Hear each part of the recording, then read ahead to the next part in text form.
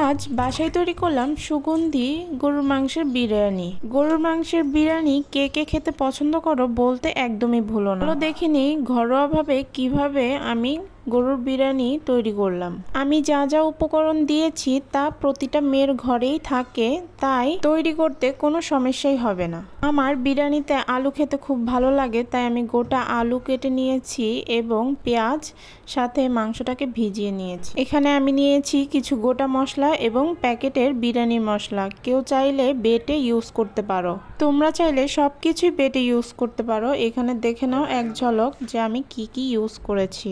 এবার আমরা চলে যাব রান্নার প্রসেসিংয়ে। এখানে আমি তেলের সাথে কিছুটা পেঁয়াজ দিয়ে ভেজে নেব ভালো করে। আমার তেলের পরিমাণটা খুবই কম হয়ে গিয়েছিল, আমি পরবর্তীতে দিয়ে নিয়েছি। এখানে আমি চালটাকে মেপে নেব এবং তোমরা তোমাদের গরুর মাংসের অনুযায়ী চালটাকে মেপে তারপর ধুয়ে ভালো করে রেখে দিবে। যেহেতু আমার মাংসের পরিমাণটা খুবই কম ছিল, প্রায় আধা কেজির হয়তো বা একটু উপরে, তার জন্য আমি খুব অল্প পরিমাণের চাল নিয়ে নিয়েছি। আর আমার প্যাকেটেও খুব কম চাল ছিল, তাই অল্প চালের মধ্যেই হয়ে গিয়েছিল।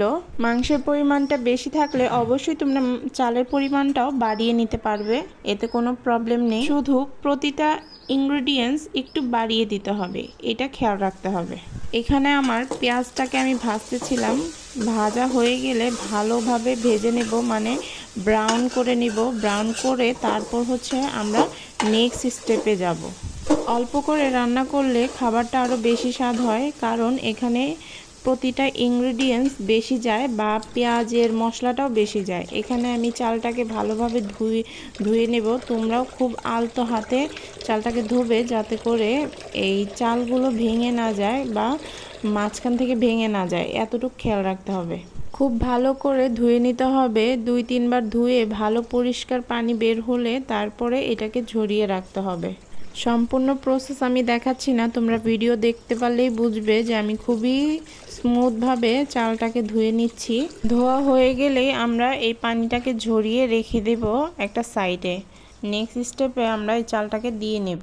এইদিকে আমার পেঁয়াজটা ব্রাউন কালার হয়ে গিয়েছে। এখন আমি প্রত্যেকটা ইনগ্রেডিয়েন্টস একে একে দিয়ে নেব, যাতে করে আমি কষিয়ে নিতে পারি। আমার স্টেপগুলো ফলো করলে তোমাদের বিরিয়ানিও খেতে খুব ভালো লাগবে, তাই ভিডিওটা স্কিপ না করে পুরো ভিডিওটা সম্পূর্ণ দেখার চেষ্টা করো। এখানে আমি আদা দিয়ে দিয়েছি এবং তার সাথে আমি আরও মশলা দিয়ে দিব। তোমরা চাইলে সকল মশলা বেটে দিতে পারো, তবে আমি আমার অনুযায়ী আমি কিছুটা গোটা মশলাও দিয়ে দিয়েছি। এখানে বাটা মশলাও আছে। তোমরা চাইলে বিরিয়ানির যে মশলাটা হয় প্যাকেটের, সেটাও তোমরা স্কিপ করতে পারো, তোমরা বাসায় তৈরি করতে পারো। তো আমি যেহেতু আমার প্যাকেটটা ছিল, এর জন্য আমি বাসায় তৈরি করিনি, এভাবেই আমি আমার সব কিছু দিয়ে রেডি করে নিয়েছি। এখানে জিরা আরও অনেক কিছু বাটা ছিল, আমার ঠিক খেয়াল নেই। তার সাথে আদা রসুন বাটা দিয়ে আমি এটাকে ভেজে নেব। ভেজে নিলে হয় কি, এখানে যে গন্ধটা থাকে বা স্মেলটা থাকে, সেই স্মেলটা পরবর্তীতে আর পাওয়া যায় না, তাই এর জন্য আমি একটু ভেজে নিই। ভেজে তারপর এখানে পানি দিয়ে নেব। দেখতেই পাচ্ছ এখানে আমার ভাজা হয়ে গিয়েছে। এখন আমি এখানে পানি ঢেলে দেব। পানি দেওয়ার পর আমি একে একে সবগুলো ইনগ্রেডিয়েন্টস আমি দিয়ে দেব। এখানে ছিল তেজপাতা, তারপর লং, দারচিনি, এলাচ, তার সাথে প্যাকেটের বিরিয়ানি মশলা। তোমরা চাইলে প্যাকেটের বিরিয়ানি মশলাটা স্কিপ করতে পারো, তোমাদের মতো করে তোমরা বিরিয়ানির মশলাটা তৈরি করে নিতে পারো। প্যাকেটের মশলায় সব কিছু দেয়াই থাকে, তারপরও আমি এক্সট্রাভাবে দিয়ে নিয়েছি, যাতে করে বিরিয়ানিটা খেতে আরও মজা লাগে বা গ্রানটা খুব সুন্দর হয়। এখানে আমি ভালো করে কষিয়ে নেব। আমার কথার কোনো ভুল থাকলে অবশ্যই ক্ষমার দৃষ্টিতে দেখবেন, কারণ ভয়েস দিতে গিয়ে মাঝে মাঝে নিজেও গুলিয়ে যাই যে আমি কি বলবো না বলবো। তবে আমি চেষ্টা করি আপনাদেরকে স্টেপ বাই স্টেপ ভালোভাবে বুঝিয়ে দেওয়ার জন্য। এখানে আমি গুঁড়ামরিচ দিয়ে নিয়েছি। যারা একটু ঝাল খেতে পছন্দ করেন তারা গুঁড়ামরিচ এবং সাথে কাঁচামরিচ অ্যাড করতে পারেন। আমি কাঁচামরিচ অ্যাড করব মানে পরবর্তীতে। এখন আমি গুঁড়া মরিচটা দিয়ে ভালোভাবে কষিয়ে নেব, সাথে স্বাদ মতো লবণ দিয়ে নিচ্ছি। লবণটা আপনারা আপনাদের পরিমাণ মতো দিয়ে নেবেন। এখানে আমি আমার পরিমাণ মতো দিয়ে নিয়েছি। এখানে আমার কষানো হয়ে যাচ্ছে, দেখেন।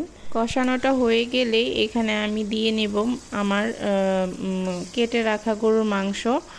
এই গরুর মাংসটা আমি ভালোভাবে কষিয়ে নেব। কষিয়ে একটু সেদ্ধ হয়ে গেলে তারপরে আমি চালটা দিয়ে আবার একটু কষিয়ে নেব। এখানে দেখতেই পাচ্ছেন অল্প একটু চালের জন্য কেমন গ্রেভি তৈরি করেছি। যতটা গ্রেভি হবে ততটাই বিরিয়ানিটা খেতে মজা হবে। আপনারা চাইলেই একটু আন্দাজ করে গ্রেভিটা তৈরি করে নেবেন। মশলাটার সাথে আমি ভালো করে একটু নেড়ে চেড়ে দিচ্ছি, যাতে করে মশলাটা প্রতিটা মাংসের গায়ে লেগে যায়। এখানে দেখেন আমি কাঁচামরিচ দিয়ে নিয়েছি, সাথেই গোটা আলু দিয়ে নেব। দিয়ে এটাকে আবারও কষিয়ে নেব ভালো করে। এতে করে আলুটাও কিছুটা সেদ্ধ হয়ে যাবে এবং যে গরুর মাংসটা দিয়েছি সেটাও একটু সেদ্ধ হয়ে যাবে। সেদ্ধ হয়ে গেলেই তার কিছুটা সেদ্ধ হয়ে যাবে আর কি। কিছুটা সেদ্ধ হয়ে গেলে তারপর আমরা দেব কি বলে পোলার চাল। কষানো হয়ে গেলে দেখতে ঠিক এমন লাগবে।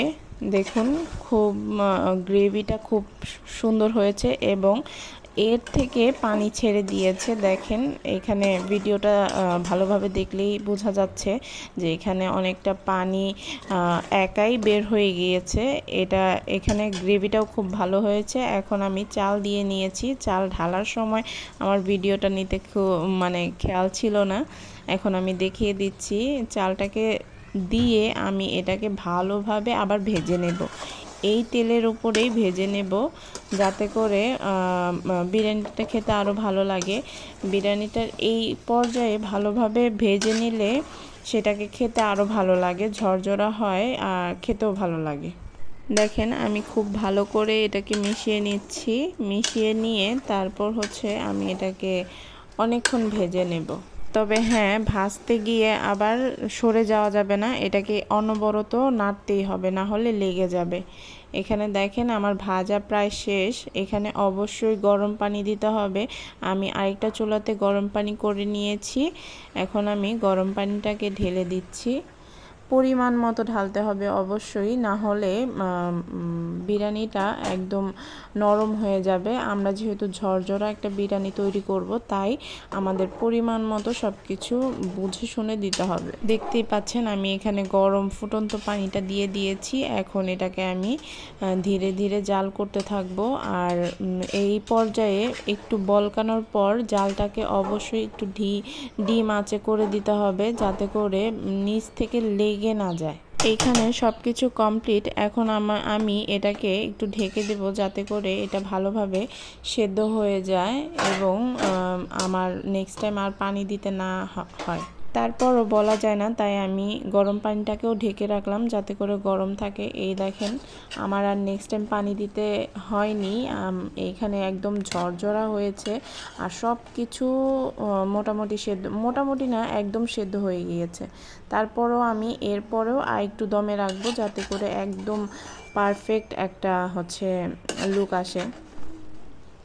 দেখেন আমি আপনাদেরকে একদম কাছে থেকেও দেখানোর চেষ্টা করছি।